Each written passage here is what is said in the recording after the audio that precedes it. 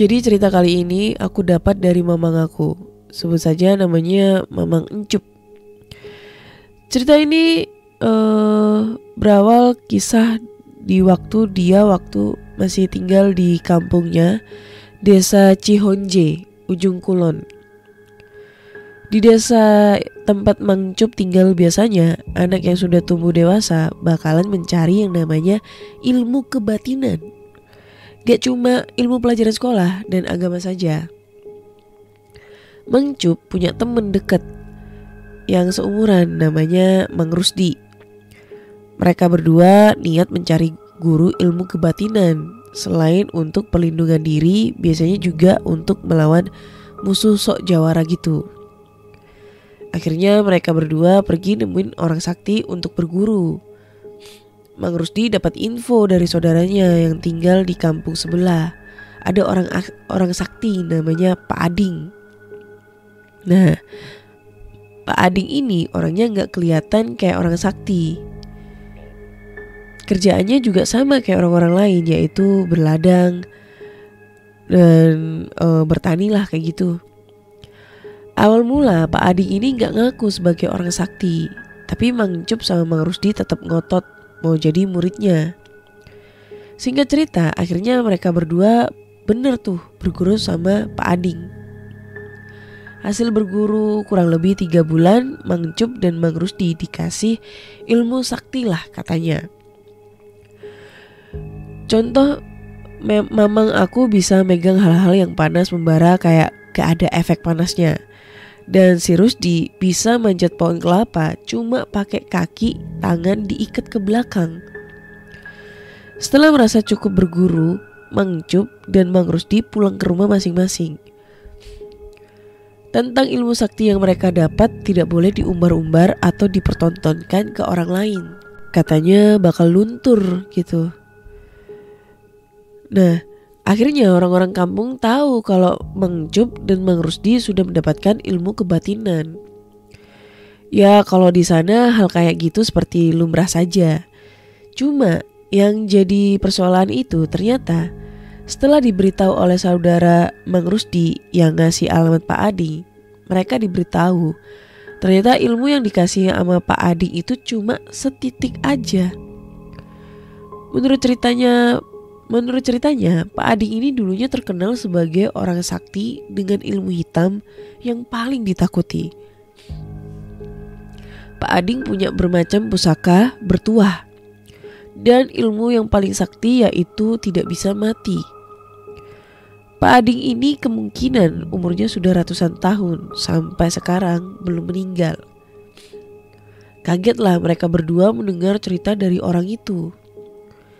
Beberapa hari setelahnya, bukannya takut, Mang Rusdi malah ngajak mamang aku untuk kembali ke guru mereka untuk meminta ilmu yang lebih tinggi lagi.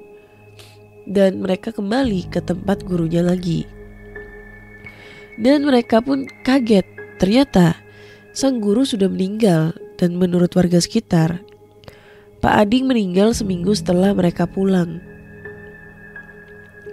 Mengetahui hal itu, Mang Encup mengajak Mang Rusdi ini pulang, tapi entah mengapa Mang Rusdi malah mengajak mamang aku ke makam Pak Ading, guru mereka. Alasannya mau mendoakan. Padahal waktu sudah mendekati maghrib dan sebentar lagi malam. Berbekal senter, akhirnya mereka nekat pergi ke pemakaman warga. Bisa dibayangkan kondisi gelap gulita di sekeliling dan hanya berbekalkan senter di tangan, berjalan berdua membelah kegelapan. Kata Mang Encup, suasana waktu itu kayak kita lagi dikelilingin tembok hitam. Gak kelihatan apa-apa kanan kiri. Mata cuma fokus ke jalan setapak biar gak kesandung. Setelah berjalan kira-kira 1 jam, akhirnya sampailah ke pemakaman warga. Dan mereka berdua sibuk mencari makam sang guru. Mencari apapun, akhirnya ketemu juga kuburannya yang nampak baru. Dan setelah yakin Mang Rusdi bukannya berdoa, malah mulai mengorek-ngorek kuburan Pak Ading menggunakan batang kayu dan tangannya. dan memaksa Mang Cup bantuin. Sebenarnya Mang Cup ini ogah bantuin, tapi biar cepat urusannya beres dan pulang, akhirnya ikut gali juga. Lama mereka menggali gak ketemu-temu juga jenazah sang guru. Sampai akhirnya keraih kain kafan sang guru. Dengan bau jenazah yang sudah membusuk, Mang Rusdi mulai membuka kain kafan penutup jenazah Pak Ading dan mengeluarkan jari tangan kirinya. Ternyata yang diincar Mang Rusdi cincin batu akik biru di telunjuk Pak Ading yang sehari-hari selalu dipakainya. Terlihat Mang Rusdi berusaha mencabut cincin itu dari telunjuk jenazah Pak Ading. Tapi seperti sudah terpatri di sana, tak kunjung juga tercabut cincin itu.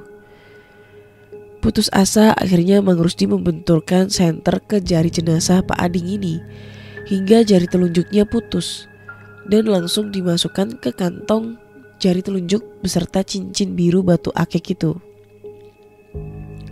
Mereka langsung keluar dan liang lahat menimbun kembali kuburan itu.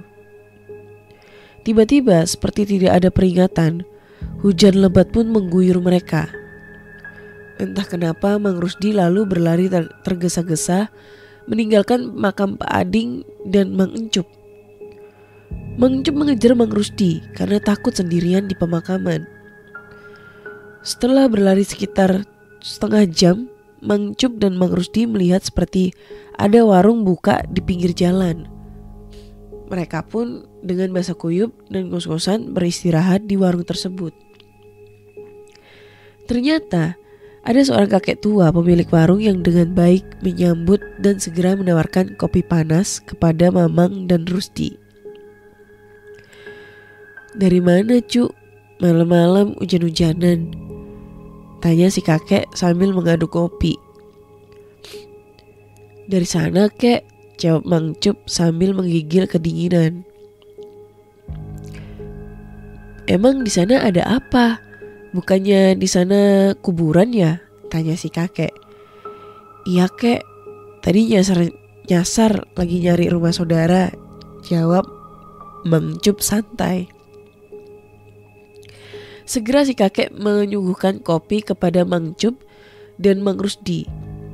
Mang Rusdi dari tadi terlihat ketakutan dan menyentar sekeliling warung.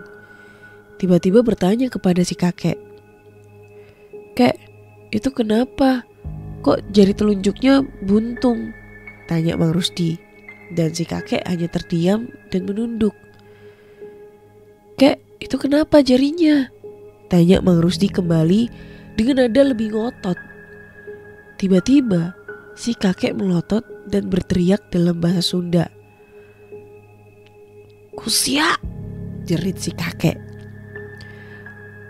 Mendengar jawaban si kakek, mereka langsung lari dari warung tersebut dan segera menuju kampung terdekat untuk mencari tempat perlindungan. Tanpa menengok lagi ke belakang. Dan baru sadar saat berangkat tadi tidak bertemu dengan warung itu. Setelah sampai di rumah salah satu warga, mereka lalu meminta izin untuk bermalam. Untungnya diizinkan hingga keesokan harinya. Mang Cup dan Mang Rusdi pulang kampung tanpa membahas kejadian tadi malam. Setelah sekitar 1 bulan tidak bertemu dengan Mang Rusdi, Mang Cup mendapatkan kabar bahwa Mang Rusdi sekarang telah menjadi orang gila. Kegilaannya muncul 3 hari setelah pulang dari makam Pak Ading. Setelah tahu cerita aslinya, ternyata Mang Rusdi ini menginginkan cincin keramat milik Pak Ading yang aslinya konon katanya menjadi kunci semua ilmu kebatinan Pak Ading. Dan setelah memakai cincin itu, ternyata jiwa Mang Rusdi tidak kuat menahannya dan membuat dia menjadi gila. Konon tiap malam sehabis maghrib, Mang Rusdi selalu berteriak minta tolong cabut cincin di lehernya sambil sujud-sujud di depan pintu. Padahal tidak ada apa-apa di lehernya. Jiwa Mang Rusdi seperti diikat oleh cincin keramat dan dihantui oleh arwah Pak Ading. Tidak lama lalu paman aku pun hijrah ke kota dan membuang semua ilmunya. Dan tak pernah mendengar lagi kabar tentang teman dekatnya si Rusdi.